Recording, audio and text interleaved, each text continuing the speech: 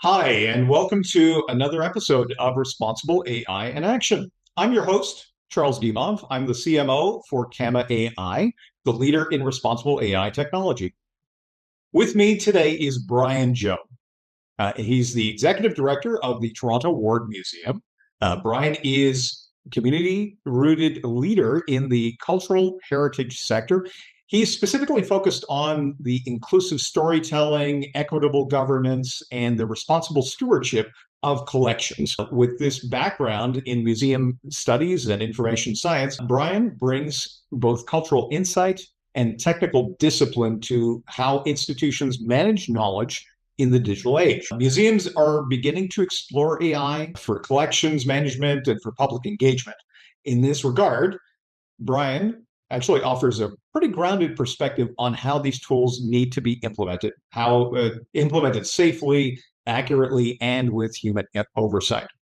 So, with that, we actually thought this is great. I wanted to hear a little bit more of a perspective from Brian about why is this important, specific to art galleries, to museums, to cultural heritage, etc., and what aspects of responsible AI really need to fit in here. So, with that, Brian, welcome and thank you for joining me, which I'm looking forward to this discussion. Thanks, Charles. Yeah, happy to be here. And excellent. So, Brian, we're going to jump right in here. In digital museums, now, digital museums are becoming a thing, of course, right? As everything is getting digitized, it's a good thing, it's positive. So, in these digital museums, why is accuracy in collections data non negotiable? I mean, at the end of the day, it seems to be a thing to say, no, accuracy is you have to have 100% accuracy here. Why is this?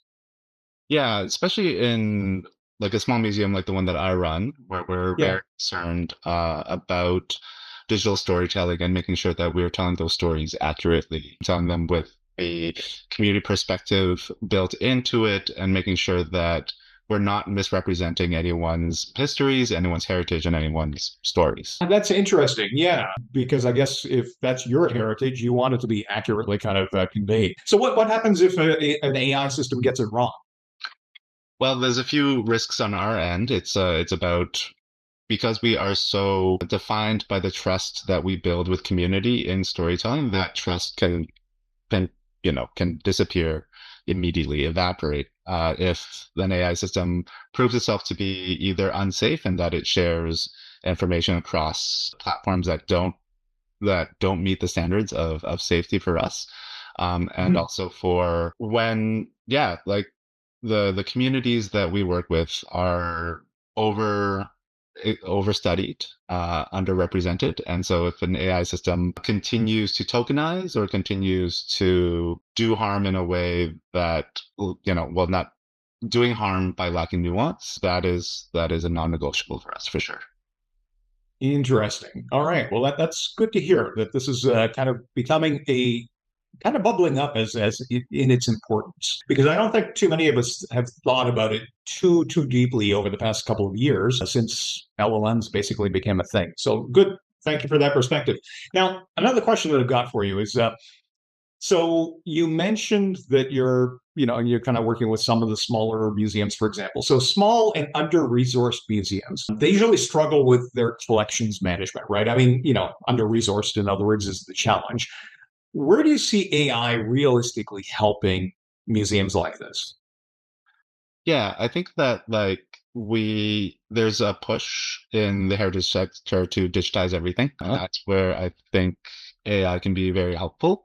There are standards like machine learning standards that are associated with library, like bigger libraries and bigger museums and that sort of thing. Right. In smaller, under-resourced museums and other heritage groups, being able to speak that language, to follow those standards, being able to Mhm. understand like the metadata that goes into it, and being able to, building that understanding, but also being able to do it quickly, or do it in to categorize things and catalog things quickly and accurately, would be important for under-resourced museums, and building either an AI guide that could help, or systems that could help with, digitizing heritage and preserving it and keeping the collections available. I see AI as being a good intermediary between those old systems of machine learning and the needs that people have today. Whether or not that is like, how do we as a small museum categorize like a whole collection of stuff that someone has donated to us? It's a lot of work, but Yeah. if there's something that can help either make it easier and more understandable for a layperson to do it, like a volunteer to go in and be able to categorize and catalog things, Yeah. that it's easier.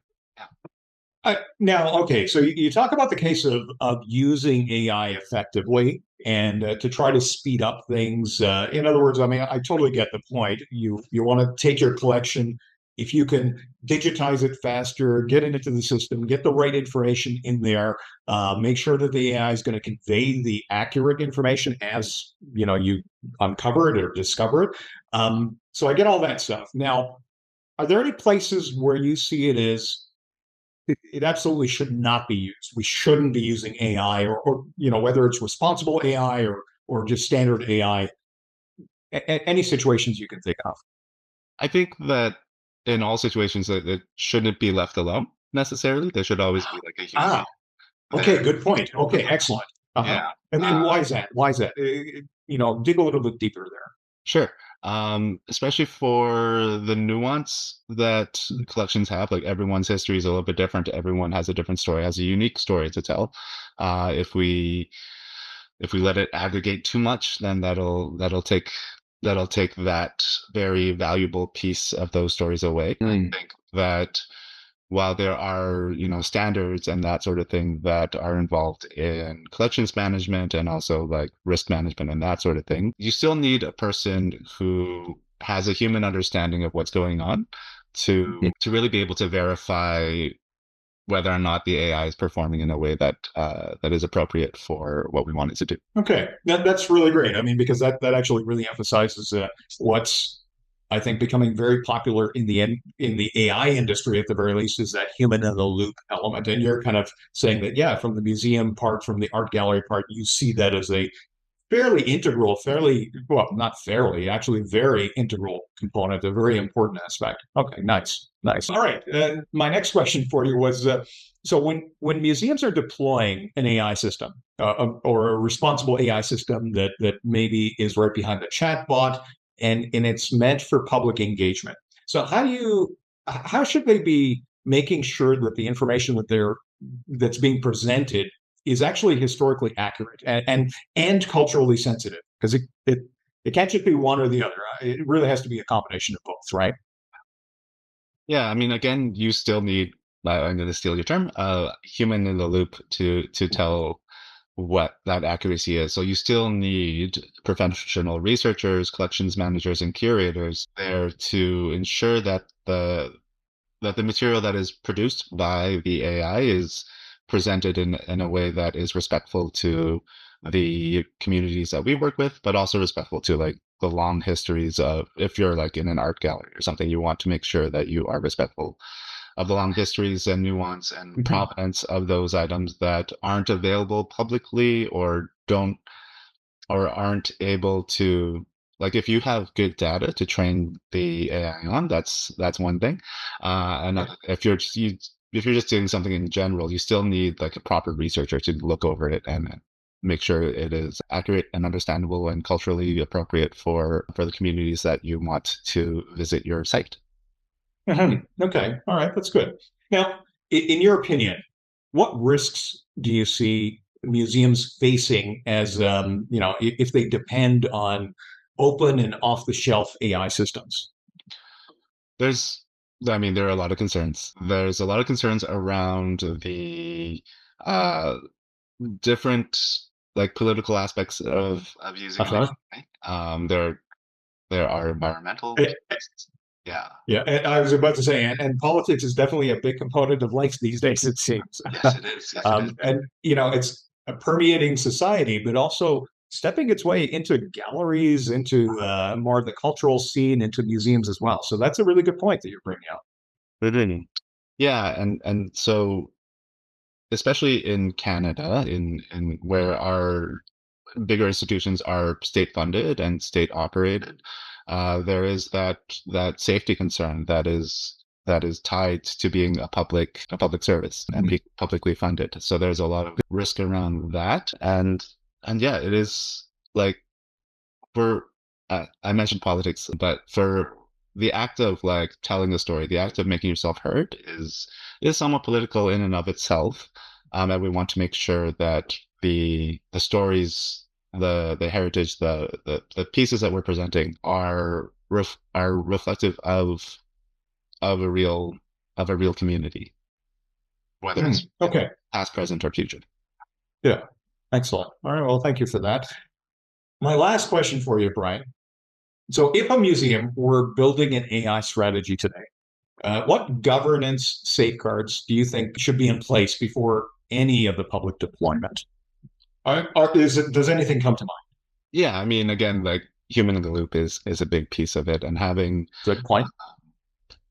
having having knowledge on who is benefiting from the work of from like working with AI. Like the obviously the museum itself will benefit through processes and being innovative and not catching up, which is always a an issue with heritage organizations, but really embracing innovation and really embracing technology. I think that's a great, that's a great way to be forward thinking and to understand the world that we live in, because AI is not going anywhere. Mhm. But it is like, in my mind, it would be like you would have a governing body, but you have your IT folks, you have your collections folks, you have your IT folks, you have your curators, and you have your risk management folks, like having like another governing body to look over and ensure that, especially now that AI is still somewhat nascent and still growing and developing. If I were to start with an AI strategy today, it would be how safe is it, how accurate is it, and who amongst my folks can I trust to push that forward. Yeah, and to make sure that the right information gets put into the systems and stuff, and that you're only kind of delving into your, the database that I guess each one of the museum is creating. Yeah, Yeah, that's a good point. yeah, Yeah, like a all good. garden type of approach. Right. Good.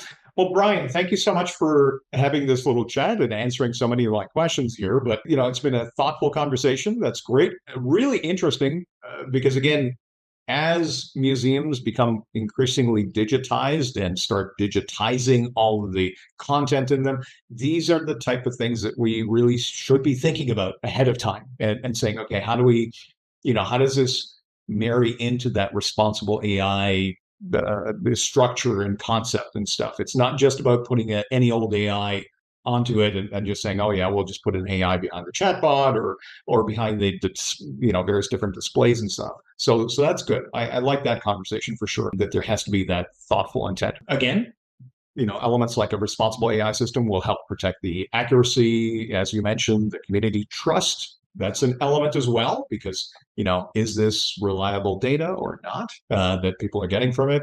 And there's that cultural component as well. And I know that for a lot of communities, that's a pretty important element, right? It's because the information actually reflects them, and they don't want it being, poisoned or just inaccurate information being kind of put out there. So that's good.